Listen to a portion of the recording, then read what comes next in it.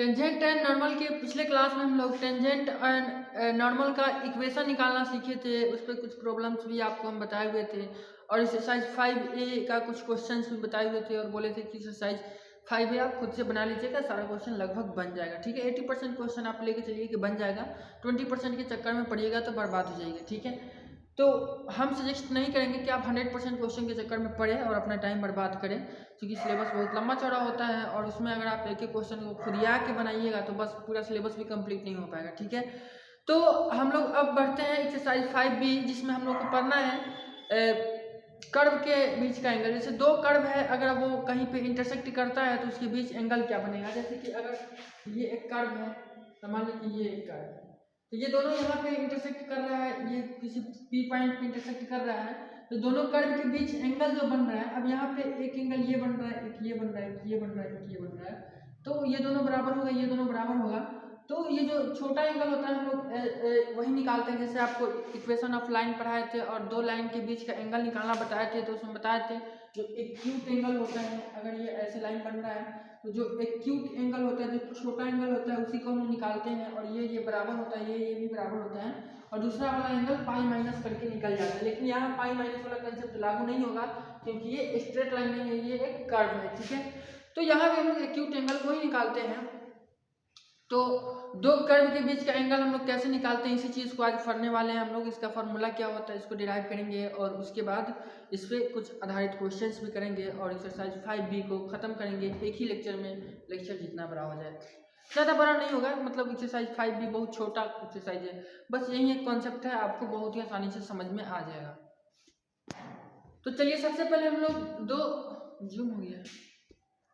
दो कर्व का फिगर बनाते हैं और पहले फिगर से समझते हैं कि एंगल कैसे निकाला जाए। जैसे मान लेते हैं ये एक कर्व है और एक ये कर्व है।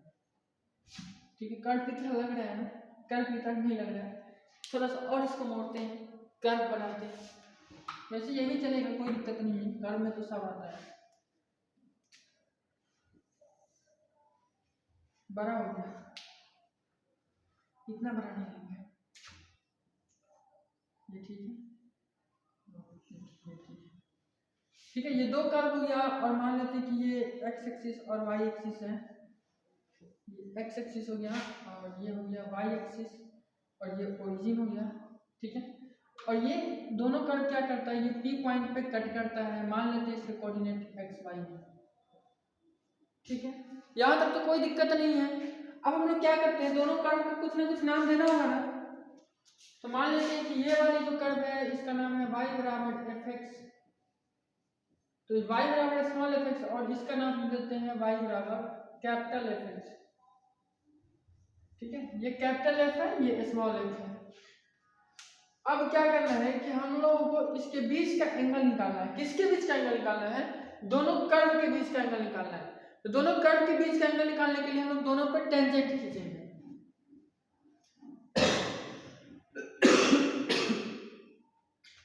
और टेंजेंट किस पॉइंट पे खींचेंगे, तो टेंजेंट खींचेंगे इस पॉइंट P पे। इस पॉइंट P पे दोनों कर्व पे हम लोग क्या करेंगे, टेंजेंट को खींचेंगे, टेंजेंट को ड्रॉ करेंगे। मतलब ये इस कर्व के लिए ये पॉइंट हुआ, ये टेंजेंट हुआ। ठीक है, और इस कर्व के लिए मान लेते हैं ये टेंजेंट हुआ। एक्चुअली ये जो फिगर है वो थोड़ा टेढ़ टाढ़ बन रहा है, क्योंकि हम यहाँ स्केल से नहीं खींच रहे हैं। ठीक है, आप इतना एडजस्ट करके चलिएगा, फिगर उतना एग्जैक्ट नहीं बन पा रहा है, लेकिन आपको समझने के लिए काफ़ी आपको समझ में आ जाएगा। ठीक है, अब जो इस दोनों कर्व के बीच का एंगल होता है, तो जो दोनों कर्व के बीच का एंगल होता है वो दोनों टेंजेंट के बीच का एंगल माना जाता है। जैसे कि आपको पढ़ा रहे थे कि दो प्लेन के बीच का एंगल दो टेंजेंट उसके दोनों नॉर्मल के बीच का एंगल को माना जाता है। 3D में आपको जब हम पढ़ा रहे थे तो बताए थे कि अगर रिवीजन सीरीज में कि अगर दो प्लेन के बीच का एंगल निकालना है तो दोनों प्लेन के नॉर्मल के बीच का एंगल निकाल लीजिए, वही एंगल क्या हो जाता है, दोनों प्लेन के बीच का एंगल हो जाता है। उसी तरीके से अगर दो कर्व के बीच का एंगल निकालना है, किसी पॉइंट P पर अगर वो इंटरसेक्ट करता है तो उस पॉइंट P पे आप क्या करिए, दोनों कर्व पे टेंजेंट खींचिए और जो टेंजेंट के बीच का एंगल बनेगा वही क्या होगा, वही एंगल जो होगा वो दोनों कर्व के बीच का एंगल होगा। तो ये जो एंगल बन रहा है, एक्चुअली जो ये टेंजेंट बनता वो इस तरीके से सटते हुए आता है, इस तरीके। फिगर फिर से हम बना देते हैं, फिर एक अच्छा फिगर बनाते हैं। देखिए ये क्या है, एक कर्व है, मान लेते हैं y बराबर एफ एक्स, बराबर y बराबर F x, small F x, और ये एक कर्व है y बराबर मान लेते हैं कैपिटल एफ एक्स, ठीक है। अब क्या करना है, इस दोनों के बीच का हम लोग को एंगल निकालना है, दोनों के कर्व के बीच का। अगर ये कर्व ये किसी पॉइंट P पे कट करता है, इसका कोऑर्डिनेट क्या है, एक्स वाई है, तो आपको अभी भी हम बताए हैं कि अगर दोनों कर्व के बीच का एंगल निकालना है किसी पॉइंट P पे, तो किसी पॉइंट P पे हम लोग दोनों कर्व पे टेंजेंट खींचेंगे, और जो टेंजेंट के बीच का एंगल होगा वही एंगल क्या हो जाएगा, दोनों कर्व के बीच का एंगल हो जाएगा, ठीक है। तो इस बार हम स्केल लाइफ में हैं, गड़बड़ नहीं होगा। तो टेंजेंट कैसे खींचा जाता है, किसी पॉइंट P पे और इस कर्व पे टेंजेंट खींचना है, तो इस पॉइंट P को सटाते हुए खींच देते हैं लाइन, तो इस कर्व पे टेंजेंट लेते हैं,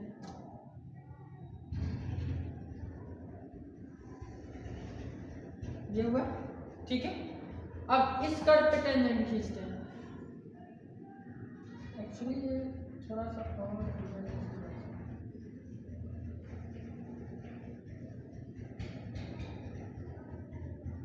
हुआ,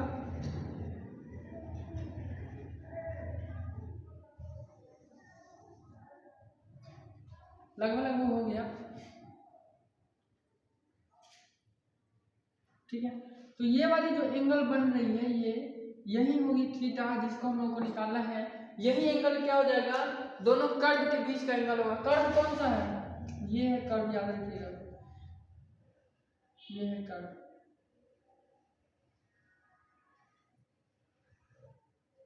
ठीक है। ये दोनों कर्व है, ये वाली और ये वाली, ठीक है। और ये दोनों क्या है, टेंजेंट है, एक इस कर्व पे और एक इस कर्व पे, दोनों कर्व पे टेंजेंट है, और दोनों के बीच का जो एंगल है वही थीटा है, और वही इस कर्व के बीच का एंगल हो जाएगा, और इसी थीटा को हम लोग को निकालना है, ठीक है। तो हम लोग ऐसा करते हैं कि मान लेते हैं कि यहाँ पे जो एंगल है वो थीटा 1 है, और यहाँ पे जो एंगल है वो थीटा 2 है। इतना तो मान सकते हैं ना, थीटा 1 इसको मान सकते हैं, इसको थीटा 2 मान सकते हैं, ये थीटा है। अब एक प्रॉपर्टी है ट्रायंगल का कि अगर इस टाइप से कोई ट्रायंगल बन रहा है ऐसे, ठीक है, ऐसे कोई बना हुआ है, ठीक है, तो ये ट्रायंगल का प्रॉपर्टी कहता है कि अगर यहाँ पे कोई थीटा है, ठीक है, अगर यहाँ पे कोई थीटा है और यहाँ पे मान लीजिए कोई थीटा 1 है और यहाँ पे थीटा 2 है, तो यहाँ का जो एंगल होता है ना, इस दोनों के योगफल के बराबर होता है, यानी यहाँ थीटा बराबर थीटा 1 प्लस थीटा 2 होता है। ये कथी का प्रॉपर्टी कहता है, ट्रायंगल का प्रॉपर्टी कहता है, टेंजेंट नॉर्मल की बात इसमें नहीं है, ठीक है। इसको आप समझिए, अगर यहाँ पे कोई एंगल थीटा है और इस टाइप से ट्रायंगल बना रहा है, ट्रायंगल के खींचेगा बाहरी, मतलब बाहरी वाला एंगल जो है ये थीटा है, तो अगर यहाँ जितना भी एंगल है, यहाँ जितना भी एंगल, दोनों को जोड़ने पे ये थीटा का वैल्यू आता है। जैसे कि अगर यहाँ 20 डिग्री है, यहाँ 30 डिग्री है, यहाँ 50 डिग्री हो, दोनों का योगफल होता है, ठीक है। तो यहाँ भी कुछ ऐसा ही केस बन रहा है, ये भी एक ट्रायंगल है, इसके बाहरी साइड ये थीटा 2 है, यानी यहाँ पे हम लोग क्या कह सकते हैं, हियर, अच्छा फ्रॉम फिगर, मतलब ज्यादा लैंग्वेज के साथ हम आपको प्रूफ नहीं कर रहे हैं, बस सीधा फंडा समझा रहे हैं कैसे कैसे एंगल निकाला जाता है। ये दिख रहा है कि नहीं, दिख रहा होगा, फ्रॉम दिख रहा है, फ्रॉम फिगर हम लोग क्या कह सकते हैं, theta 2 is equal to theta 1 plus theta, यानी थीटा का जो वैल्यू हो जाएगा वो थीटा 1 माइनस थीटा 2 हो जाएगा। इतना बात आपको याद रखना है। अब आप ध्यान दीजिए, अगर इस लाइन को ध्यान दीजिएगा तो ये क्या है, ये एक टेंजेंट है, ये टेंजेंट है कि नहीं, टेंजेंट है, किस कर्व पे, तो इस y बराबर स्मॉल एफ एक्स वाले कर्व पे क्या है, ये टेंजेंट है, ठीक है। तो टेंजेंट क्या किसको बोलते हैं, टेन थीटा को टेंजेंट बोलते हैं, और थीटा क्या यही एंगल तो थीटा है ना, यहाँ पे एक्स एक्सिस के साथ जो पॉजिटिव डायरेक्शन में एंगल बनाता है उसको थीटा बोलते हैं, और टेन थीटा क्या हो जाता है, टेंजेंट हो जाता है। तो यानी अगर टेन थीटा 2 क्या है, इसका टेंजेंट हो जाएगा, टेन थीटा 2 इसका टेंजेंट हो जाएगा, उसी तरीके से टेन थीटा 1 क्या हो जाएगा, इस कर्व का टेंजेंट हो जाएगा कि नहीं, एकदम हो जाएगा। तो एक और बात हम लोग कह सकते हैं कि हियर हेयर दिख रहा है क्या? हेयर नहीं दिख रहा होगा, इधर देखते हैं। Here tan theta 2 is equal to, मान लेते हैं पहले tan थीटा 1 लिखते हैं, tan theta 1 is equal to क्या मान लेते हैं m1, क्योंकि ये क्या है स्लोप है, ठीक है। और उसके बाद tan theta 2 is equal to m2, और m1 m2 लिखते हैं तो आप इतना समझ लीजिएगा कि स्लोप ही है। आप यहाँ इसको लिख सकते थे equal slope of curve y बराबर small F x, slope of curve y बराबर कैपिटल एफ एक्स। तो उतना लिखने की क्या जरूरत है, मतलब इतना तो आप समझदार हो ही गए हैं, ठीक है। अब इस एंगल को हम लोग को फाइंड करना है, ठीक है। किसको फाइंड करना है? थीटा को फाइंड करना है। तो हम लोग लिख सकते हैं tan थीटा बराबर, अब देखिए tan थीटा, तो थीटा का वैल्यू कितना है? थीटा 1 माइनस थीटा 2 है, तो यानी tan थीटा 1 माइनस थीटा 2 भी लिख सकते हैं। और इसी चीज को इतना लिख सकते हैं ना, थीटा को क्या लिख सकते हैं? थीटा 1 माइनस थीटा 2, क्योंकि थीटा बराबर थीटा 1 माइनस थीटा 2 है। और आपको पता है कि tan a माइनस b का फॉर्मूला क्या होता है? tan a और minus tan b by 1 minus tan a into tan b, बस हो गया। अब देखिए tan थीटा 1 कितना है? m1 के बराबर है, और tan थीटा 2 कितना है? m2 के बराबर है, तो ये कितना हो जाएगा? m1 minus m2 by 1 minus m1 into m2। ये दिख रहा है कि नीचे वाला दिख रहा है, ठीक है। तो हो गया बस यहाँ से। अब tan थीटा का वैल्यू आ गया, ये tan थीटा का ही वैल्यू है, तो यहाँ से थीटा नहीं निकल जाएगा, tan इधर आ जाएगा तो tan इनवर्स हो जाएगा। अब देखिए tan थीटा बराबर कितना? tan थीटा बराबर m1 minus m2 by 1 minus m1 into m2 है, तो यहाँ से थीटा का वैल्यू कितना हो जाएगा? इधर आएगा तो tan इनवर्स हो जाएगा। तो यहाँ tan थीटा के ही फॉर्म में रहने दे रहे हैं। तो यहाँ से थीटा निकालने का क्या फंडा है? सिंपल सा फंडा है कि अगर आपको इस दोनों टेंजेंट का स्लोप पता है तो आप आसानी से बता सकते हैं कि दोनों कर्व के बीच का बना हुआ एंगल कितना है। अगर आप इसमें देखिए ना, केवल क्या निकालना है? स्लोप निकालना है, m1 m2 का वैल्यू निकालना है। तो जब भी आपको थीटा निकालने का बात कहेगा, दो कर्व के बीच का थीटा निकालने का बात कहेगा, तो सबसे पहले आप उसका टेंजेंट निकालिएगा, और उसके बाद उस टेंजेंट का उस इंटरसेक्शन पॉइंट पे स्लोप निकालिएगा।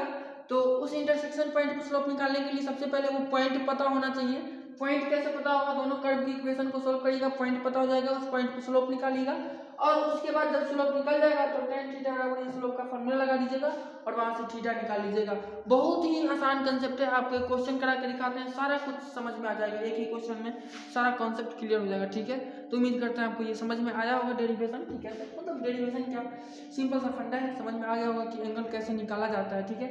अब आपको हम क्वेश्चन करा के दिखाते हैं एक्सरसाइज 5B का। अब हम आपको एक्सरसाइज 5B का दूसरा का पहला नंबर क्वेश्चन लिए हैं और आपको बता रहे हैं, समझा रहे हैं कि क्वेश्चंस को कैसे बनाना है।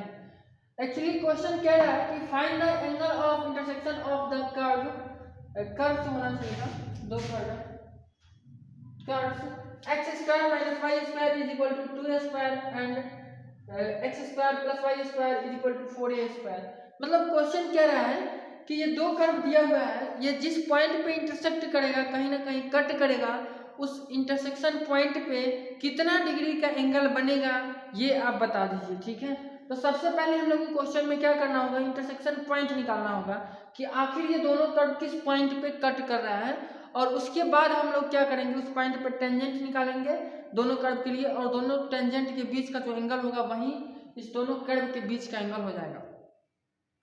तो सबसे पहला बात आता है कि टेंजेंट हम लोग इंटरसेक्शन पॉइंट कैसे निकाले। तो आप जानते हैं किसी भी कर्व का इंटरसेक्शन पॉइंट निकालने के लिए उसकी इक्वेशंस को हम लोग सोल्व करते हैं। तो इसकी इक्वेशंस को सोल्व करेंगे और एक्स वाई का जो वैल्यू आएगा वो इस कर्व का इंटरसेक्शन पॉइंट हो जाएगा।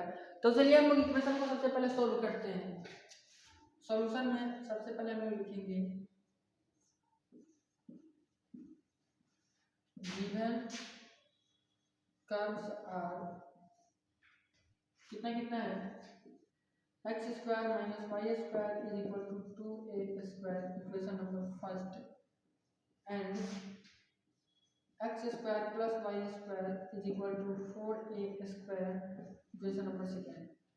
अब इस दोनों को जब आप सोल्व करिएगा, सोल्विंग फर्स्ट एंड सेकेंड, ठीक है। तो देखिए दोनों इक्वेशन को जोड़िएगा या फिर यहाँ एडिंग लिख देते हैं सीधा, एक ही बार में बात हो जाता है।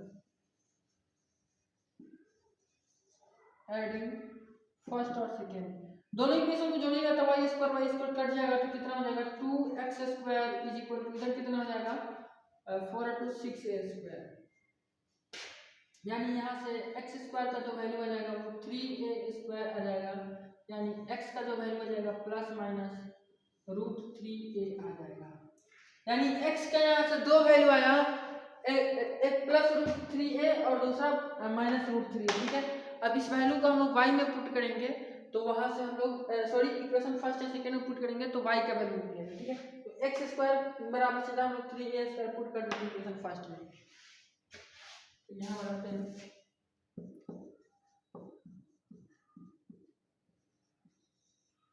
putting the value of x square in first, तो क्या हो जाएगा 3a square minus y square is equal to 2a square, तो minus y square is equal to कितना हो जाएगा, ये 3 उधर जाकर हो जाएगा तो माइनस a स्क्वायर हो जाएगा, यानी y इज इक्वल टू क्या हो जाएगा प्लस माइनस a, ठीक है। y माइनस माइनस कट जाएगा, y स्क्वायर बराबर a स्क्वायर, यानी y इज इक्वल टू क्या हो जाएगा प्लस माइनस a हो जाएगा सीधा, स्क्वायर से स्क्वायर करता a हो जाएगा सीधा, रूट के अंदर जाता है तो y बराबर कितना हो जाएगा ये हो जाएगा। अब यहाँ पे बात आता है कि y बराबर क्या है a है और x बराबर प्लस माइनस √a है, तो दो को पॉइंट ना होगा, एक को पॉइंट क्या होगा, एक को पॉइंट होगा √3a और दूसरा पॉइंट क्या होगा √3a और a, ठीक है। तो दोनों पॉइंट पे ये कर्व क्या करेगा इंटरसेक्ट करेगा, दो पॉइंट पे ये कर्व जा करके इंटरसेक्ट करेगा, तो हम लोग को कौन सा पॉइंट लेना है अब ये डिसाइड करना है, ठीक है। तो यहाँ पे हम लोग जनरली प्लस वाले पॉइंट को लेते हैं। अब तो ये बात की बात है, पहले अब हम लोग को क्या करना है, अब हम लोग को टेंजेंट निकालना है और उसके बाद एंगल निकालना है, ठीक है।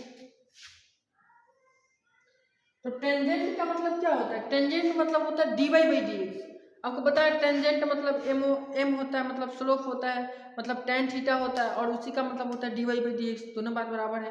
तो क्या करते हैं हम लोग इसको डिफरेंशिएट करके dy/dx निकालते हैं। अब इसके लिए dy/dx निकलेगा, इसके लिए निकलेगा, और उसके बाद उस पर हम लोग पॉइंट बैठा देंगे कि इस पॉइंट पे कितना होगा dy/dx का वैल्यू, ठीक है। तो चलिए पहले इक्वेशन फर्स्ट को डिफरेंशिएट करते हैं, तो लिखेंगे डिफरेंशिएटिंग फर्स्ट, इधर लिखते हैं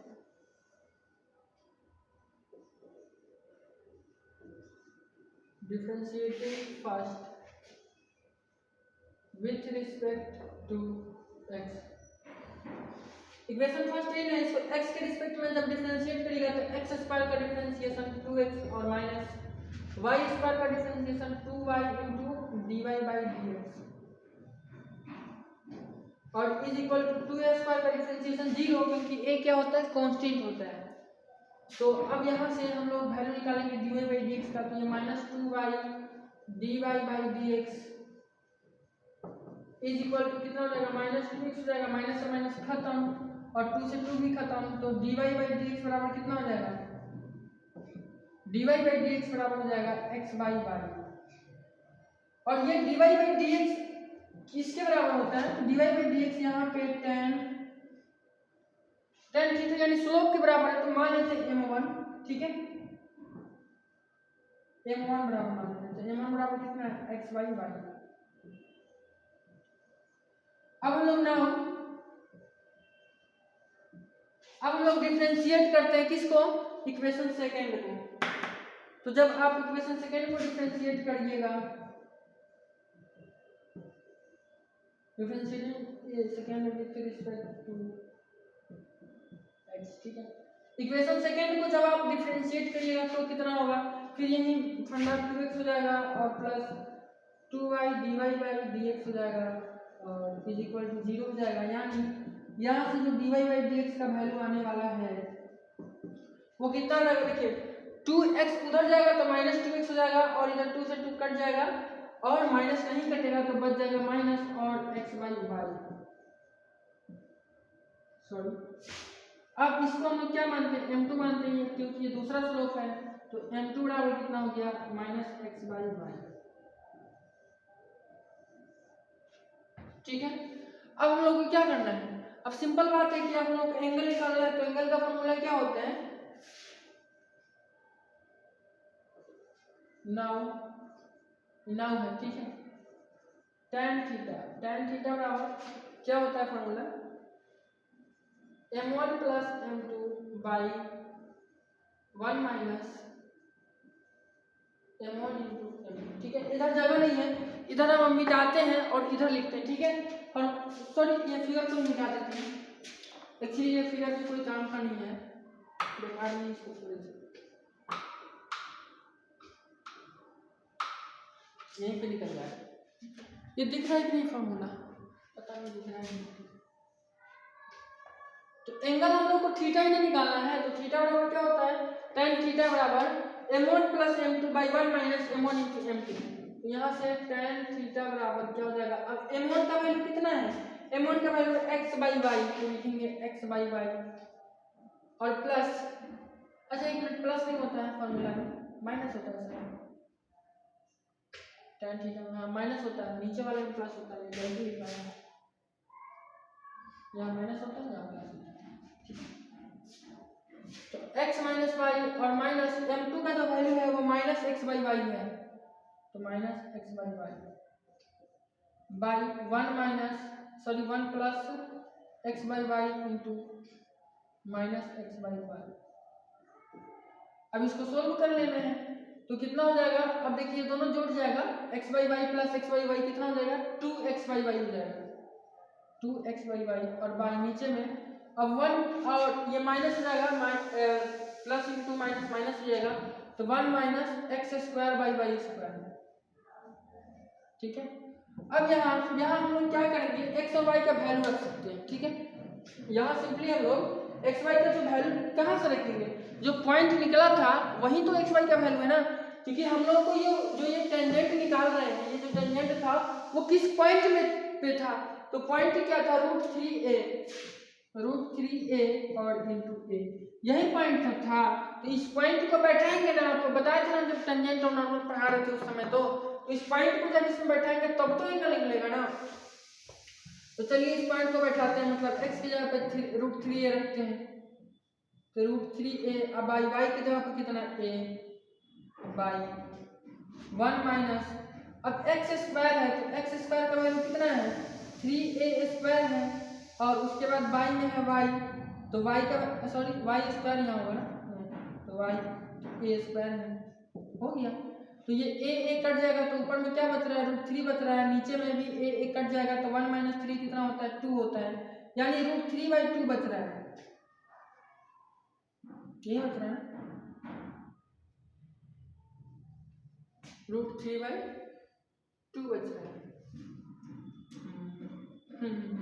ठीक है, अब आप बताइए रूट थ्री बाई 2 tan कितना डिग्री का वैल्यू होता है, actually root three by 2 tan किसी का वैल्यू नहीं होता है ना, एक्चुअली यहाँ थोड़ी सी मिस्टेक हुई, यहाँ टू छूट रहा था ना, यहाँ 2 भी तो था साथ में, 2x था ना, तो यहाँ कितना होता 2 रूट थ्री, तो यहाँ ऊपर में 2 रूट थ्री होता, 2 से 2 कट जाएगा, एक्चुअली यहाँ -2 हो रहा है। ठीक है, तो आपको याद होगा कि हम आपको बताए थे कि रूट थ्री का क्या 2 वैल्यू आ रहा था ना, रूट थ्री का 2 वैल्यू आ रहा था ना, सॉरी x का 2 वैल्यू आ रहा था, एगो माइनस रूट थ्री ए और एगो प्लस रूट थ्री है, 2 वैल्यू आ रहा था ना, तो यहाँ अगर हम प्लस रूट थ्री लेते हैं तो ये माइनस रूट थ्री आ रहा है, माइनस रूट थ्री आ रहा है, तो ये tan का जो एंगल जाएगा वो tan माइनस किस में होता है, सेकेंड कोऑर्डिनेट में होता है, थर्ड में तो प्लस होता है, तो सेकेंड कोऑर्डिनेट क्या एक्यूट एंगल बनाता है, नहीं बड़ा एंगल बनाता है, मतलब 90 से बड़ा एंगल बनाता है। तो कर्व का जो एंगल हमको लेना है वो छोटा लेना है,